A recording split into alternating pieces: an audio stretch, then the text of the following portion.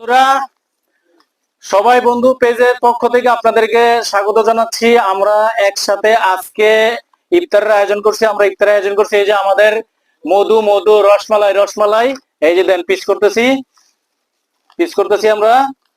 তো আপনাদেরকে ইফতারি দাওয়াত রইলো, আপনারা আমাদের মাঝে উপস্থিত হন। উপস্থিত হইব আলহামদুলিল্লাহ। এখানে কিছু পিস আমাদের ফ্রেন্ড সার্কেল জন্য রাখিয়ে দেন, কিছু ফ্রেন্ড সার্কেল বাকি আছে তো আসতে পারে নাই, তাদের জন্য কিছু পিস রাখিয়ে দেন ভাই। মধু মধু মধু মধু মধু rasmalai rasmalai rasmalai chicken chicken chicken chicken chicken chicken.